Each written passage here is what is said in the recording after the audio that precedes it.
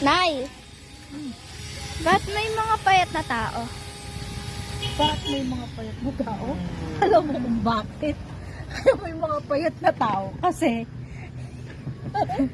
yung mga payat na tao kasi sila yung mga taong masisipag. Okay? Masisipag umutot. Utot sila ng utot. Prut. Isang minuto. Prut.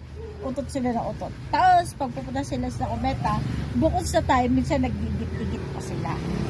Kaya may mga payat na tao. Tapos bukod sa mga payat silang tao, minsan hindi sila masipag. Hindi sila masipag kumain. Okay? Pero masipag silang umutot. Okay? Nasagot ko ba yung tanong mo? Okay. Go.